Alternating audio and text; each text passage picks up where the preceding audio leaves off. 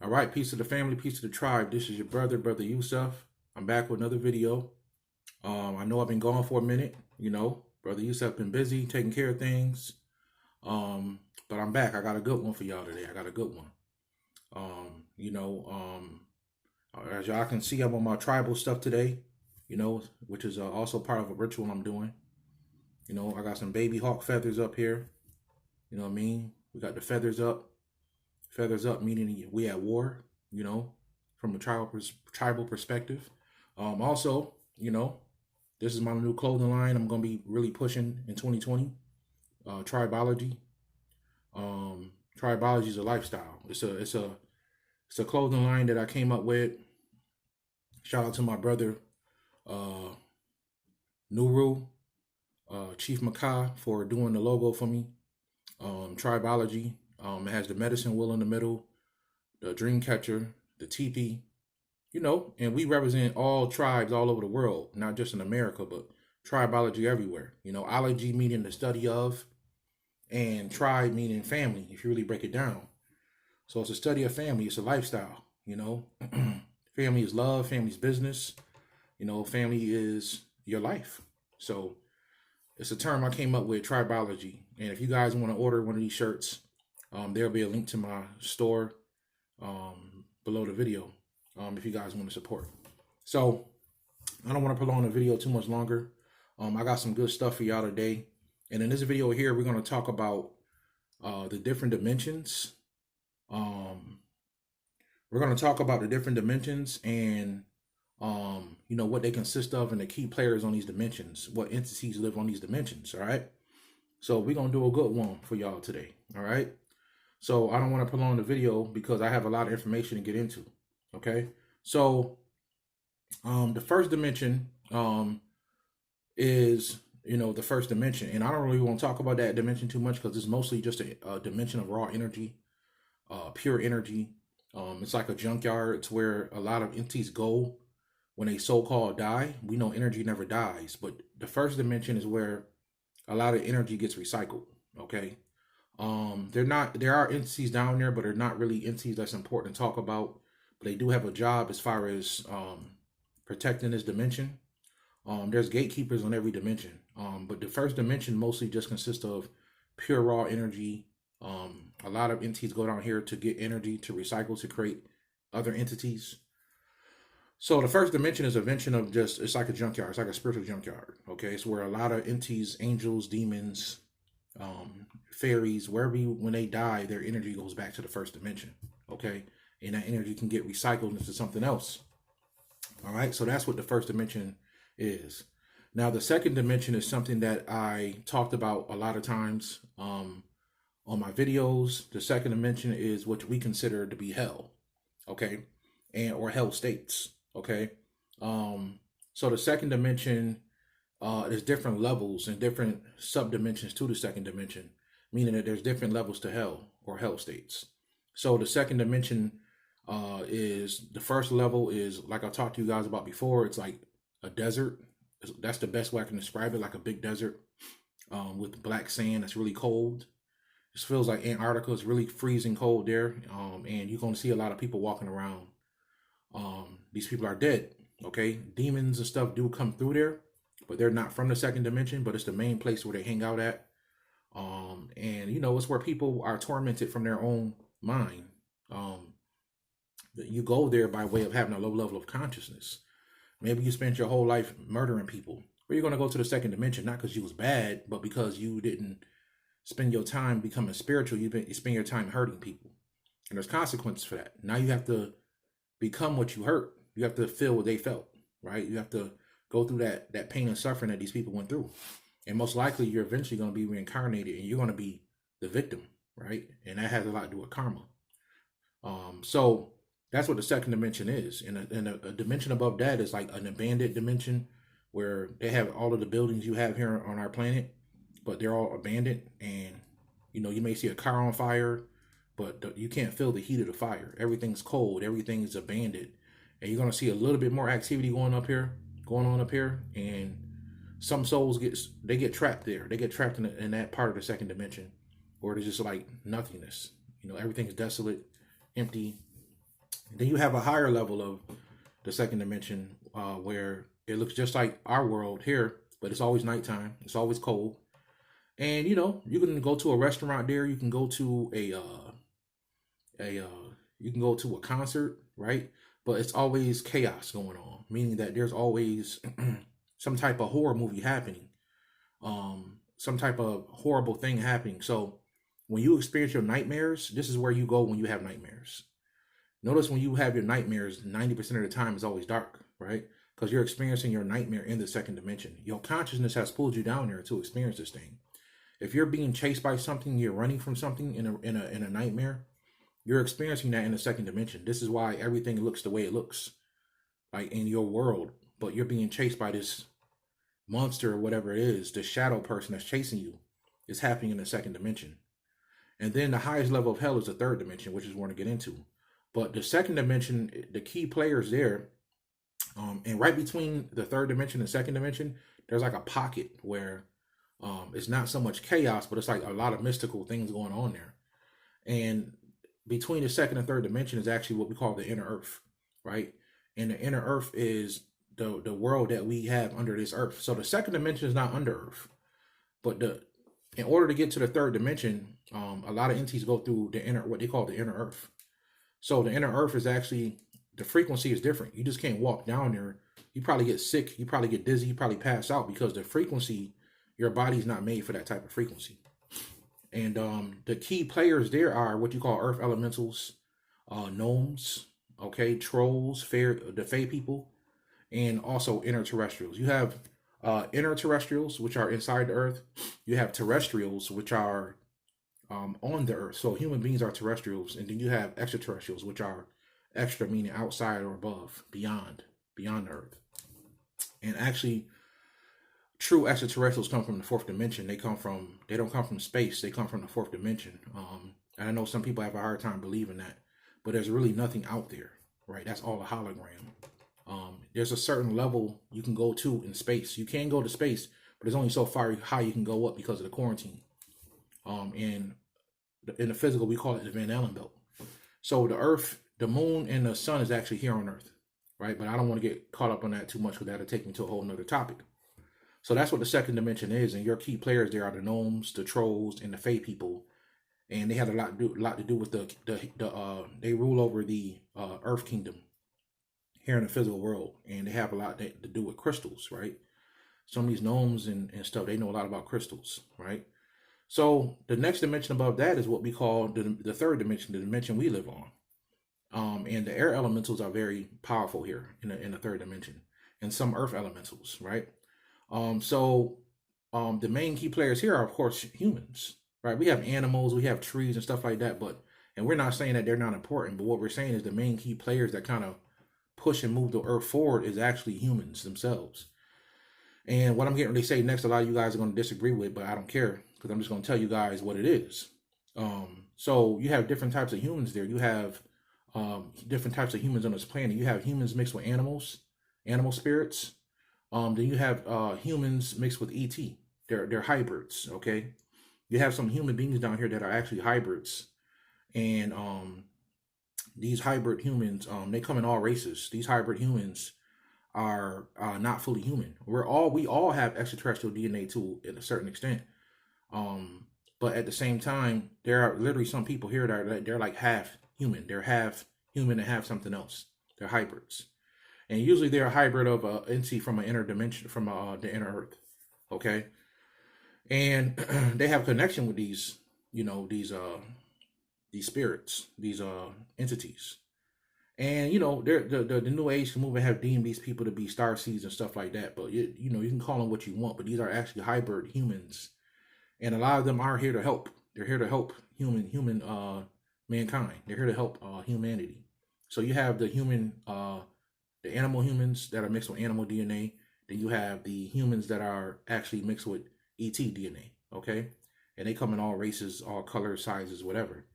Then you have something called immortal humans, and these are like sleeping gods to a degree. These immortal humans carry immortal blood cells inside of them.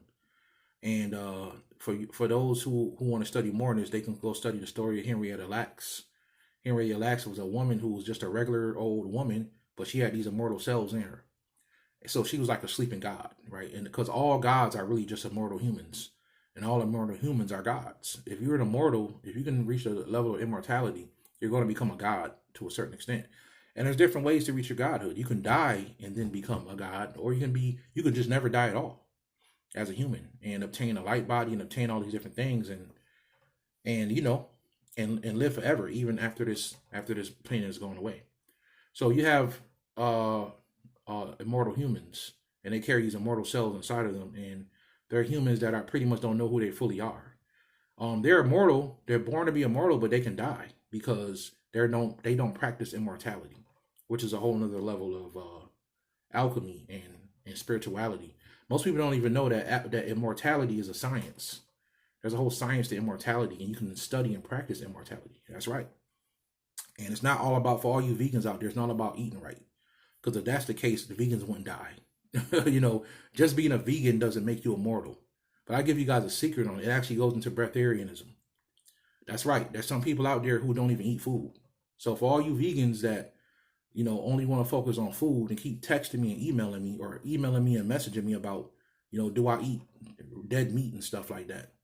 Because I know sometimes people have a hard time believing that I know all this stuff and I'm not a vegetarian. It's because you focus too much on the physical. Stop focusing on the physical so much.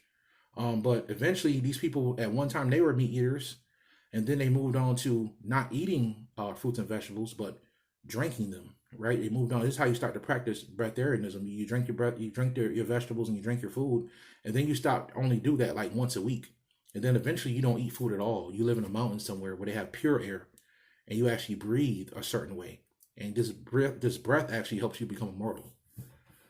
The way you breathe, so you live like a plant. In so many words, you drink water and you eat the air, right?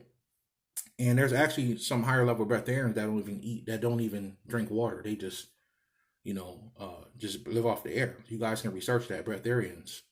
So that's why these immortal humans die, because they don't practice immortality. At one time they did, and they don't now. So those are the key players on the third dimension. Are the different types of humans, right? That's what the third dimension is. We live here now. We know what this thing is about. We know what it is, right? So next you have the fourth dimension. And the fourth dimension, the main key players there, the fourth dimension is what you call the star dimension, also called the astral. The word astral means star. So this is why I'm telling y'all, the aliens don't live in the stars. They do, but they don't. Because the astral world is the star world. Astral means star. So these fourth dimensional, the real extraterrestrials, besides the ones that live in the inner earth, they actually live in a whole nother dimension. And they can come here with light ships. Because light is the only thing that can penetrate every dimension. So they can come here in a ball of light, and this ball of light will be changing shapes into different sizes, and it'll be flying across the sky, moving in ways you can't imagine. Now, some of their information has been channeled down here and given to us, because we do have ties with the inner terrestrials, and we have made metal ships, and the metal ships are human, right? And also some of the inner terrestrials have metal ships also, but those metal ships are like from meteors. They're a whole other type of metal. They're not the type of metal that we know of here on Earth. So they can these metal ships can turn into light themselves. And they're conscious. The type of metal they use is actually a conscious metal. Like the metal is aware of itself. And that's a whole other story. Don't want to get drawn off on that. But that's what the fourth dimension is, right? Now, the key players in the fourth dimension are actually the extraterrestrial grays. They're very big up there. The original humans, right? Because some humans actually didn't even come from Earth. They came from the stars. They came from, or whenever they say we come from the stars, they came from the fourth dimension. And a lot of them were trapped here. And these are what you call original humans. And these original humans go into people like the Olmec people, why they're so advanced, because they had a different whole dimensional level of information and technology. These original humans carry an O blood type. And they also carry, I think it's RH, I forgot what it's called. It's another blood type that's actually extraterrestrial also. But they carry this O blood type. And O blood type, of course, we know is the oldest blood type on the planet. That blood type will actually transform on this planet first, and then the other blood types will follow afterwards, because that blood type will go first. So you have extraterrestrial grays, you have original humans, which are fourth dimensional. The original first man on this planet was fourth dimensional. Okay, then they got trapped here in the third dimension. Then you have the jinn, who are very powerful and very big. Jinn are so powerful. I don't even recommend people working with them like that because they can become human at will. That's right. Your next door neighbor could be a jinn. The person you just stuck your finger up in the middle of traffic because you were mad at them, they could be a jinn, right? Jinn are very powerful. They're very magical, and they're not all bad, right? Some of them don't like us because our world was built on top of their world, and these are the people of what you call smokeless fire. Very, very powerful entities. They deserve a lot of respect, and their main stronghold is in the Middle East. So you can get more jinn energy over there, right? And they're extremely powerful magicians. They're powerful at magic, and their energy can permeate the second, third, and fourth dimension. So they're very powerful. They're one of the few entities that could become human at will, physical at will, just like the Fey people and these elemental people, right? Then you have different magicians of all kinds that are key players up there. Different magicians, higher level magicians, they hang out in the fourth dimension. I know because I've seen this. You have thought forms that are very prevalent in the fourth dimension, negative and positive thought forms. And you have fallen angels. So these are people that come from like the draconian and also which are the two main people I'm talking about here, the draconian and Anunnaki people who actually come from a higher dimension, especially the Anunnaki. They come from like more of this 6th and 7th dimension, and Anu can scratch all the way into the 8th dimension, but we'll get there. But they come from a higher dimension, and these entities actually are fallen. They fell from the council, the higher council, and they chose to be an adversary. And the powers, the higher powers that be, the spiritual powers that be, chose to use them as a vessel to push us, right? To give us a hard time so it can push us and build our spiritual muscles. So these are the fallen angels. They actually hang out on the fourth dimension also. Now, another group of the main people that's up on the fourth dimension is what you call the record keepers. And the record keepers have another name they're known by, which is the Time Lords. And the Time Lords are people that rule over time, right? And they were created by Kronos or Saturn. And these record keepers or Time Lords are actually entities that actually they make sure that what happens in our world when it needs to happen. And also they protect the time. They protect time, meaning that time travel. Believe it or not, time travel does exist. People can time travel. And these Time Lords, what they do is they protect pockets of reality. So certain people can't go to this reality, right? Like our physical world doesn't have a future, but it does. And what I mean by that is there's a parallel universe that's already ahead of us, where you live there in that parallel universe, but they may already be 50 years into the future. So you can never go into your own future unless it's through your actual DNA, right? And you can time travel two ways. You can time travel through your actual bloodline. This is how people can actually look at their ancestors' memories, right? They showed you this in the movie, what is the movie called? Assassin's Creed, the movie, how he was able to go back in time through his ancestors' DNA and look at what they was doing, right? You can travel like that. You can travel that way. You can also do a soul travel, which is another way to time travel, where you can travel to your past lives. That has nothing to do with your ancestors. You could have been somebody totally different. So these entities make sure that when you time travel, you don't do things you ain't supposed to do, right? So when people, there are videos out there where people say they time travel. They're actually time traveling in either their own DNA and seeing their own future grandchildren's situation. And even that's being protected because it's only their reality. And that can change for our reality, right? So our reality may not be their reality. And also, you can time travel through the fourth dimension. And the fourth dimension is the original way you time travel. So if you get into a time traveling machine and the whole ship disappears and goes somewhere, you're going through the fourth dimension to go to a pocket of reality and experience that reality from a parallel universe. You're not experiencing your future because it don't exist yet. You're experiencing a parallel universe's future that is exactly like yours, because your future needs to be protected. This is why we have, and this is why we can have a future. And this is why this is the main reason why these Time Lords exist. And that parallel universe can become your future based on decisions you make. But if you make a different decision, then you'll go to another future, or you can create a whole new future, right? A whole new timeline, which is what we're doing. So, and that's possible because there were laws broken when we were created, because the Anunnaki who created us came from a whole another parallel universe dimension, because they were actually us in the future. And they actually, and I actually hear other people talking about this. And these entities came back. They came back and created us. Okay, so you can travel two ways. Once again, you can travel through your own DNA, right? You can also travel through time travel through um, um, the fourth dimension, and these record keepers protect where you go. And unless you're a really powerful magician, like Dr. Blair said one time, he time traveled. He saw something that he was never supposed to see, and a Time Lord appeared to him. I'll never forget he said this. A Time Lord appeared to him and said that, you're going to lose your years in your life because you wasn't supposed to see this.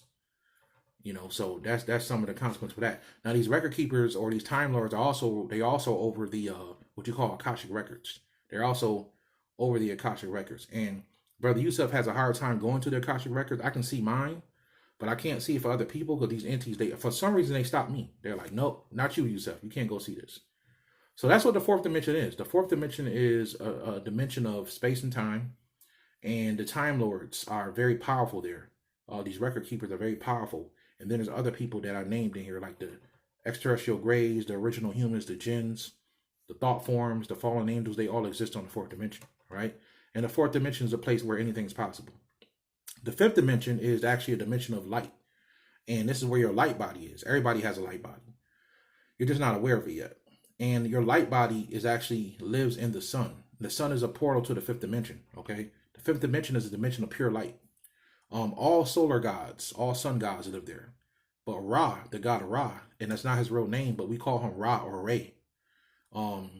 This god is actually the main entity that actually is the main key player up in the fifth dimension. Okay, extremely powerful. The fifth dimension, I don't have a lot to say about that, but it's a dimension of pure light.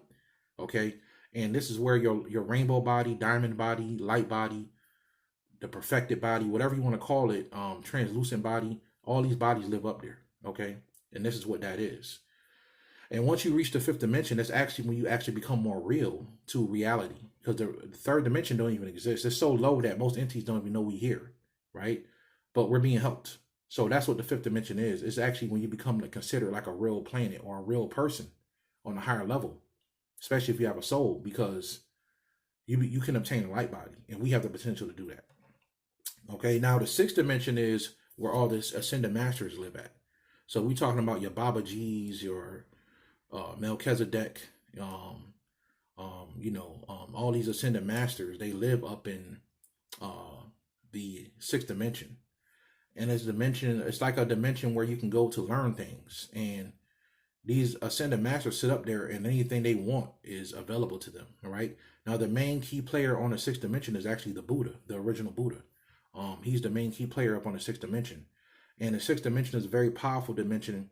It's a very advanced dimension, and you must be a spiritual master to really stay there. You must be on a masterful level. Some of us who are watching this video are already masters, and that's actually where we came from. We came back to teach people. Okay, that's what the sixth dimension is. All right, and I'm trying to go through all these dimensions so y'all can get it before this video runs out. Because I try to do 30-minute videos, right? So the seventh dimension. Let's go to the seventh dimension, right? The seventh dimension is the land of the gods. Okay, it is where a lot of demigods live at. All right, a lot of immortal people we talked about. Like I said, all immortals are gods, and all gods are immortals. When they choose to transcend and turn themselves into light body, they can go all the way up to the seventh dimension.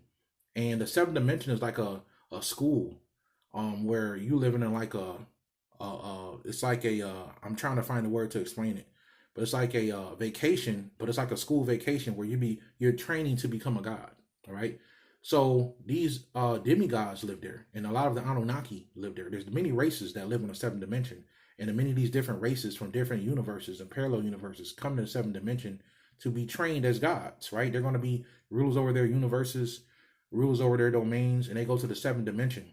Notice in the Bible how Peter said when he went to heaven, he went to the seventh heaven, and that's where he saw the throne of God, right? Because the God they're talking about in the Bible is actually a demigod. So I'm not surprised that they said that. Which is Yahweh, right? So, or goes into Enki, right? Enki is more of a demigod. So, but that God wanted you to believe that he was the only God and there was no other God above him. So that's the seventh dimension, right? It's the land of the immortals, where mortal humans can actually evolve to and be going to their God training. It's where gods live there, but it's the land of the gods based on it's like the younger gods. This is where they go to train the seventh dimension. And I'm giving you guys a quick synopsis on that because that's what pretty much I'm giving you guys the most important idea of what the seventh dimension is. A lot of demigods, immortals are the main key players in the seventh dimension, okay? And I wrote notes down so I make sure I remember to tell you guys the main key players. So I'm looking at my notes. Now the eighth dimension is the dimension of elder gods, right? A lot of gods go here to rest. To the eighth dimension, they go here to sleep. And the eighth dimension is actually a dimension where there's gods you never even heard of before from other universes and other worlds that are all powerful, all right? Some of these gods are asleep, right? And they go there to rest, they go there to sleep, and there are they are elder gods. They are older gods, and they're extremely powerful. These gods can take the energy from the creator and create a soul. They can give form to a soul, and these are what you call your spiritual parents, stuff like that, galactic parents, divine parents. There's so many different names for it. The main god on the eighth dimension that's very important, and the main, I don't want to call these people rulers because they're not really rulers. They're just like the main OGs on this level is Thoth. Thoth is the main god up there on the eighth dimension that actually is up there on the elder god level. So the eighth dimension is where the OGs at, the old double OGs, triple OGs, right? These are entities that's been around for longer than you can perceive. Millions and billions of years they've been up there.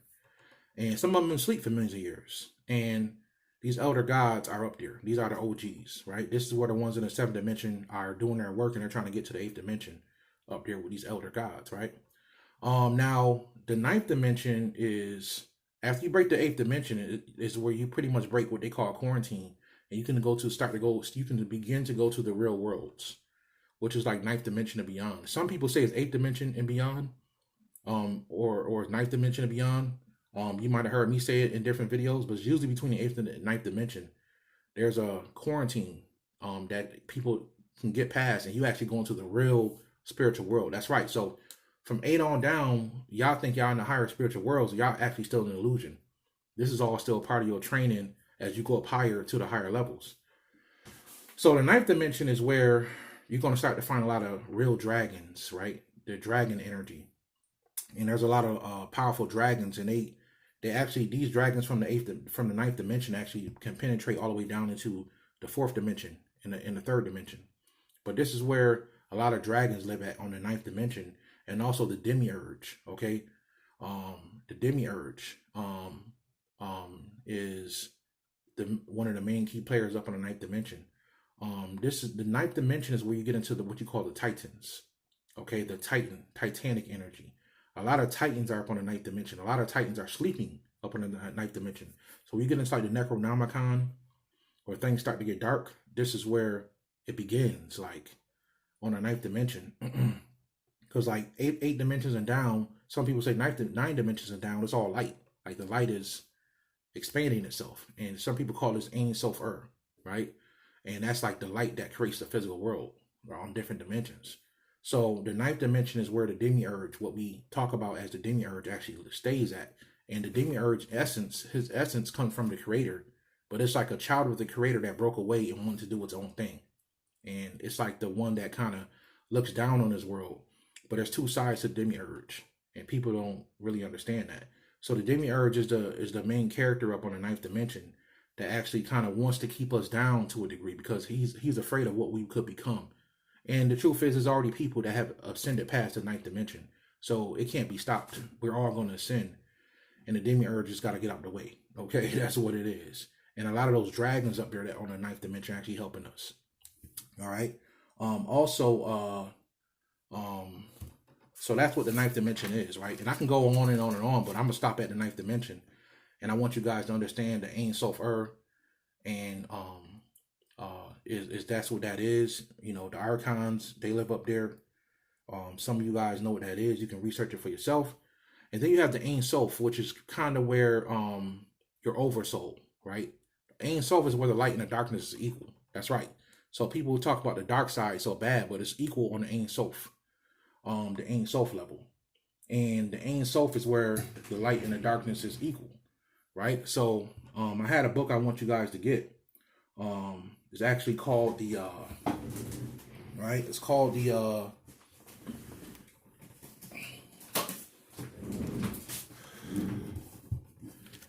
the Mysteries of the Kabbalah, and here's the author. All right, I want you guys to get this book, and that will help you get into a lot more of what I'm saying. All right. So the Ein Sof is where your oversoul comes from, and then the Ein is the creator. The Ein is a pure darkness. That's where. So this video might end, but I hope you guys enjoyed the video. Right, my camera has a timer. Hope you guys enjoyed the video, and until next time, peace, family. But just remember, the Ein is the darkness. The Ein Sof is the light and darkness together, and the Ein Sof is the pure light.